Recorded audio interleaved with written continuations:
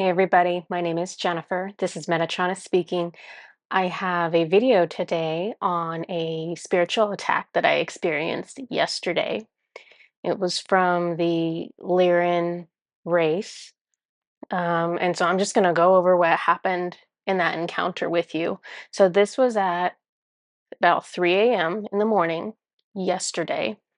And one of the ways that I know something is going on before I can even sense that something is going on is my children, my two little children. I have a 3-year-old and a 6-year-old. No, I have a 4-year-old and a 6-year-old. She just turned 4. They are both very sensitive to energy.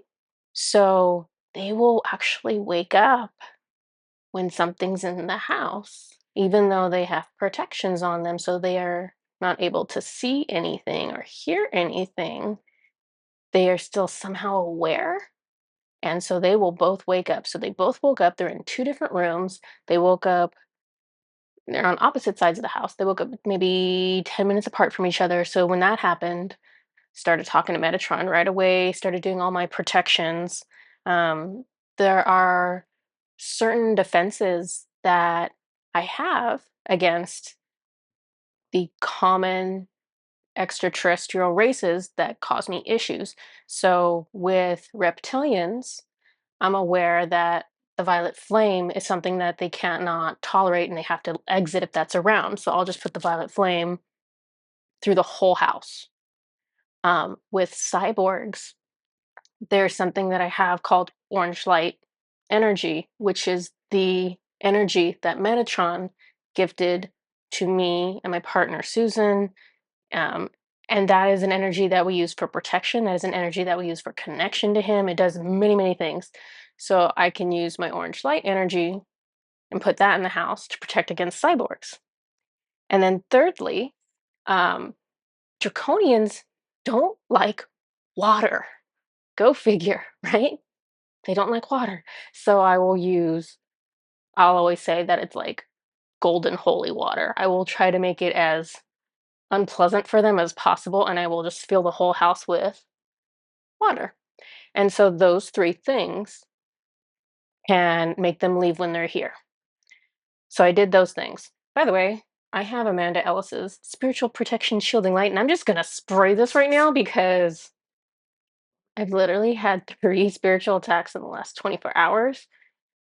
And I feel like you can see, like, my eyes are pink, like, it's just been a long 24 hours. So I wouldn't be surprised if they wanted to show up for this video, so I'm gonna just try to make it a little extra difficult for them. Um, so I used my 3 protections, right? Thinking that was gonna solve my problem. Well, unfortunately, there are occasionally essentially rogue members of other typically benign, typically friendly, typically wonderful other extraterrestrial races. So it's just like with the mantids, right?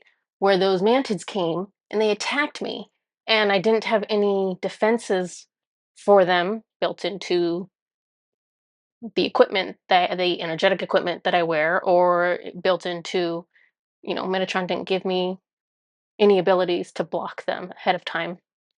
So the mantids got through because they were not one of those 3 races. Well, the same type of thing happened yesterday, but with Lyrans. Um, so it's 3 a.m. I do my protections. I think everything's gonna be fine. And then I see a Lyran standing right next to my bedside. I'm laying there. They're standing right next to me, and everything happens really, really fast. So first I look at them and I register that's what they are because they are the feline uh, variation or race of Lyrans. Apparently, there is a feline race and then also like a bird-like race. I've never seen most of these races, so this is all new to me. So she's standing up over, you know, I'm laying down. She's standing over me. In a split second, I'm looking up. I can see she's got really short fur on her face. She's got the big cat-like eyes and kind of a wide head almost like a triangular shaped head. Um, I mean, not with the points, but just general shaping.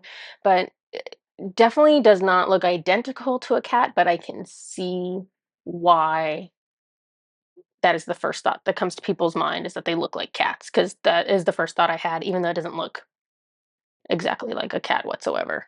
Um, So I see her face, and I also see that there's this like lime green light that's coming from about here on her, that's lighting up the bottom part of her face. So she's holding something that's glowing green. So that's the first thing I see in like one split second. Um, so I immediately start asking Metatron in this next split second, like, is this Lyran good? Is she good? And he's like, no. Which that's not the right language to use, but when you're tired at 3 a.m., you do start reverting back to using good and bad. So I asked him if she was good. He said no. While he is answering me, this is how fast this is happening. While he is answering me saying no, she's like already like on top of me in my space. She is, I can see again in like split seconds, I can see she's holding like a small rock, and the rock is what is glowing green, and she's taking it and she's shoving it into my left ear, and she works fast. It was almost like watching someone on fast forward, where she just went boom boom boom boom boom. And so that was shocking. And then she disappears. I don't see her anymore. I recognized the rock that she was holding, and so because of the memory I have of those rocks, I kept asking Metatron, "Are you sure she's bad? Are you sure?" And he's like, "Yes, yes." And I just couldn't accept it, because I had a positive association with the rocks. And so I was like, maybe that was a gift, but I was like, no, the way she did that, and that was kind of creepy. Never mind. Um, so let me tell you where I've seen that rock before. So I had a vision, and this was like a long time ago for me. This was, I don't know, 5 months ago, something like that, where I had this vision of Gana, the blueprinter planet. So the part of Gana that I was seeing, and this is the first part I was ever shown. I was shown this portion of Gana, oh gosh, for months and months and months and months and months before I ever saw anything else.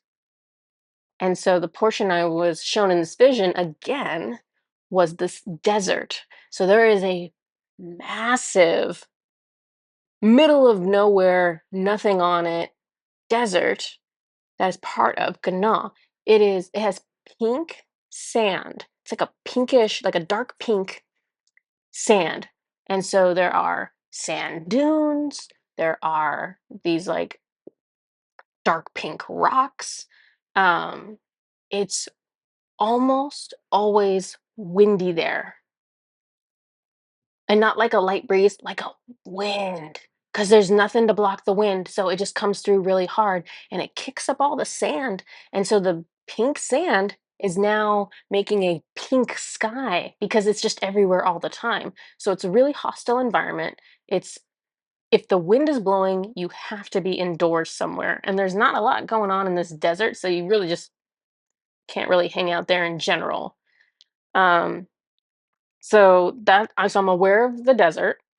So this vision, I go, they drop me off in the desert, and it's clear skies.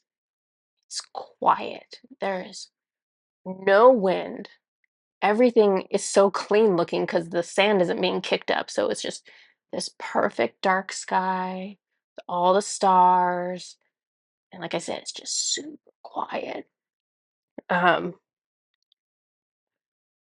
and in this vision, it's a little strange because I'm going to end up seeing myself in two different bodies. So in the vision,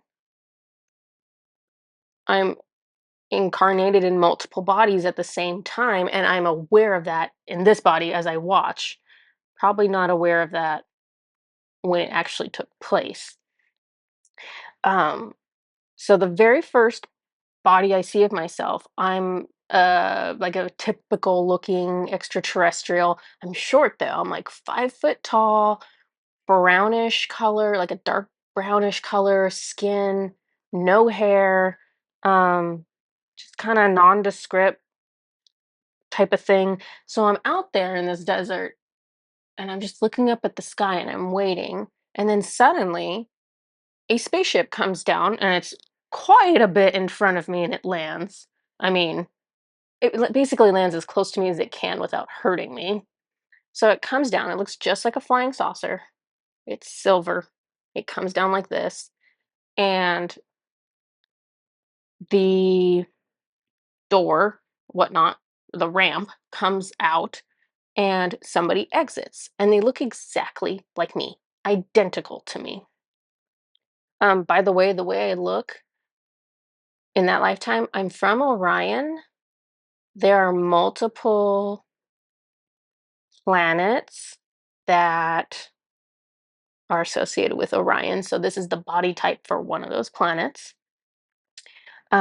So they come out of the spaceship, they come to me, and I put a bracelet on them. So this bracelet, it's dark outside, but this bracelet is made of 12 glowing green rocks. And so it's kind of a chunky little bracelet. So I put this on this person. Um, this is, and she's a female, by the way, and I'm a male in this. So I put this on her. These these glowing green rocks are only found on Gana. They are that is where they originated from. They were not part of any of the other planets in the solar system. These were very magical and very desirable stones. Everyone who was arriving, so I was out there waiting for multiple ships to come, and they each were dropping off a different person, right? And so everyone that comes, I'm giving them this bracelet as a gift from the planet, and they're coming for this conference.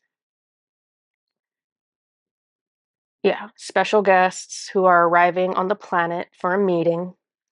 And so now I see a second incarnation of myself. Now I see myself as an elven woman who does live on Gana. So, me in the Orion body on Gana, I am working there. I am there to work for this event. Uh, the elven woman, me, is there because I live there. But again, I'm working with this group, so that's why I'm there. So I am now escorting this guest from where we were standing off the ship, and I'm taking them over to this huge glass building that's all lit up, and this is where they are going for their meeting.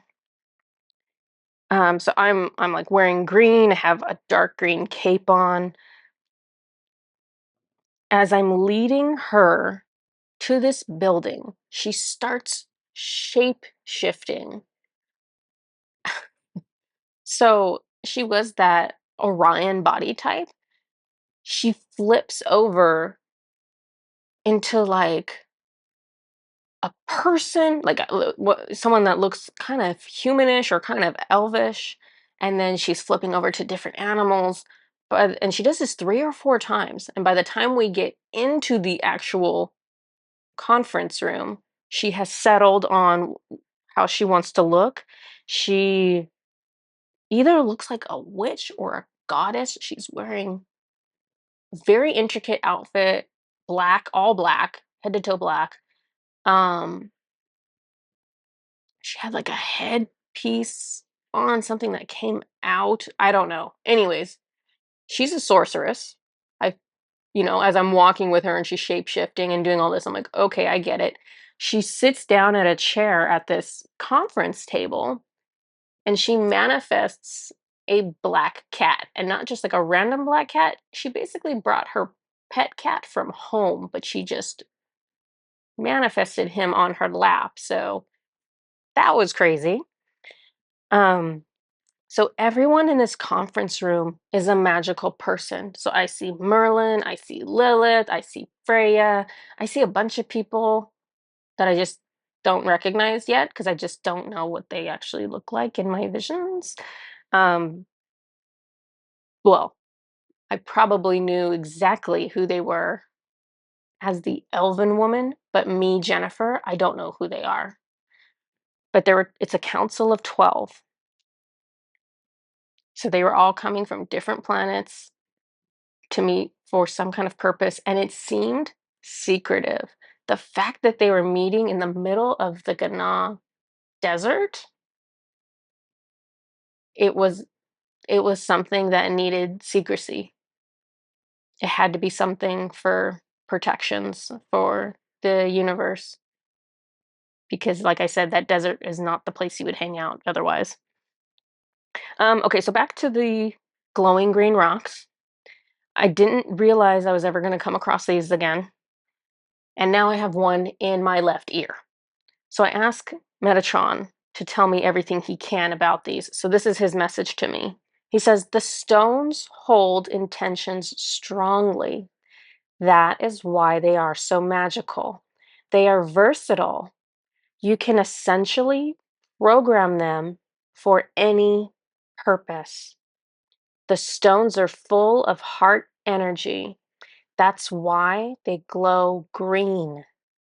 You call them prophecy stones on Earth. Shoot, I should have grabbed some. I will grab some. I will grab some. Um, but prophecy stones are like these tiny, like they look like junk. They're like these little blackish colored balls. They're ugly, but we have them here on Earth. So that was a transplant from Ghana to here. Because remember, Earth is like the living library of all the animals and all the plants and all the crystals and all the everything from everywhere in the universe. Everyone donated to us. And so we are this gorgeous, prolific planet. Um, they were gifted, okay, they were gifted to your planet by one of the elven races. And so, as far as I know, there are 3 elven races. There could be more, but I've been shown 3 at this point. So she shows me the elven race that have red hair, and they normally wear red as well. So they are the ones that gifted the prophecy stones, as we call them, to Earth. But the prophecy stones, as far as we know, they don't have any fluorescence or anything. But Metatron tells me human eyes can't detect the wavelength they emit green light at. So if you think of all the different wavelengths that we have, the visible wavelengths for humans is like this much. We can, see red, orange, yellow, green, blue, purple kind of thing. But there are microwaves and there are ultraviolet rays and there are all these other frequencies, but we can only visibly see a few of them. Apparently, other extraterrestrials can visually detect a much larger range of frequencies. So, as an elven woman or as the being from Orion, I could see that glowing green, but we don't see it. It's there, but we don't see it. Metatron says, the Lyrans that came to you today, you only saw the one that put the stone in your ear. There were 2 others. One placed a stone in your solar plexus, and another placed one in your heart chakra. They programmed the stones with AI, or artificial intelligence, to act similar to a virus. So he's giving me the best analogy he can so that I can understand what they've done. So he tells me, okay, they've programmed the stones to act similar to a virus, to be an intelligent, living, growing, spreading disease that damages your chakras. So they aren't just throwing in a dead rock, right? They are programming this to act like it's alive, right? Artificial intelligence to act like it's a living thing, to go in and to intelligently grow itself and intelligently destroy their target. So this is what they've put in my ear and my heart chakra and my solar plexus. Um so I say, oh, okay, that explains why my solar plexus is so messed up. and why I'm grouchy. Because when your heart chakra gets messed up, it gets, when it feels like it's hardened or damaged or out of balance, you tend to get a little meaner, or at least I do. So I was like, okay, that explains why I'm grouchy. And I asked him, what why did they put that thing in my ear? Because there's not like an ear chakra as far as I know. So I was like, what is in my ear that I don't know about? Is there something special about my ear? Why would they put something there and not, in my third eye or my crown chakra? And so Metatron gives me this vision. He's showing me what my energetic protective equipment looks like. So Metatron has energetic protections on my physical body. And it's looked like different things at different times. He always upgrades things. It'll look like a different suit, it'll look like a different headset, it'll look like a helmet, like it always looks different. So he shows me what I look like.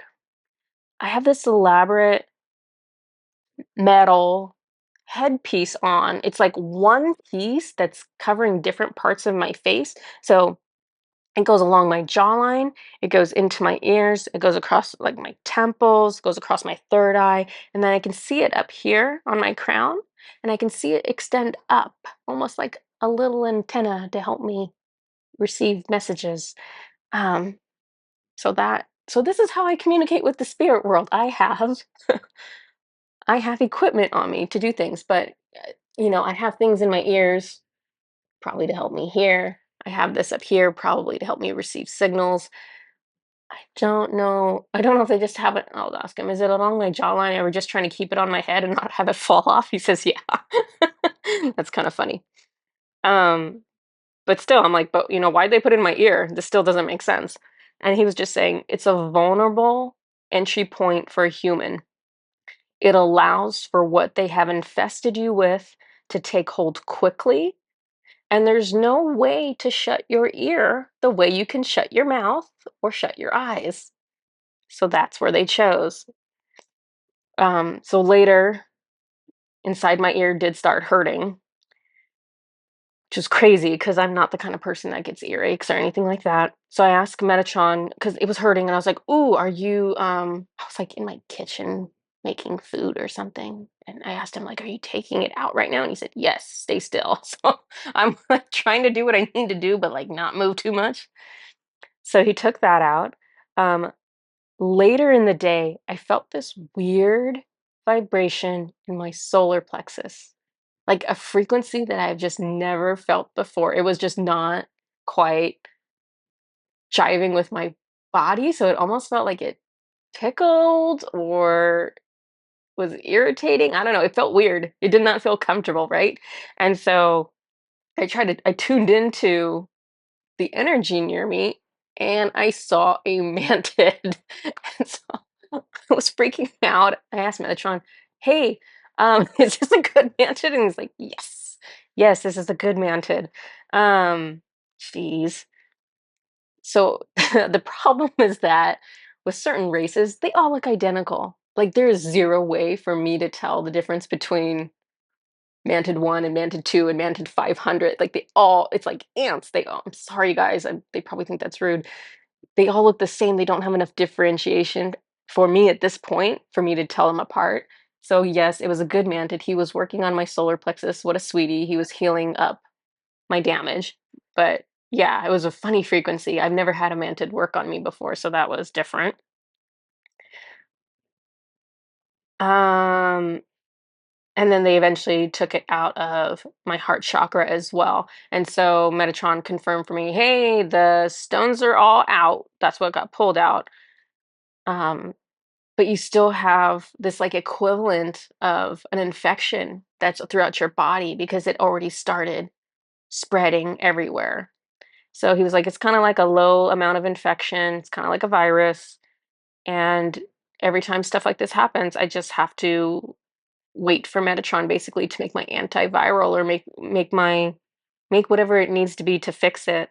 Because whenever these, bad guys are doing these attacks, it's always a new technology. It's always a new virus. It's always a new whatever that they're using. So every time Metatron and the angels have to come up with a new solution because nothing existing will work on it. So he figured it out eventually. I don't know. I think it took like 12, more than 12 hours to fix it, probably like 18 hours to fix it. And in the meantime, Raphael was just trying to heal me to keep it from being a problem. So I'm better now. This is one day later. Metatron fixed everything. I asked Metatron to bring me some Lyrans to channel from, and he said yes. And they came later that same day before I was even done being healed up. Um, so my next video will be my message that I received from the Lyrans. So I'll see you guys next time. Bye bye.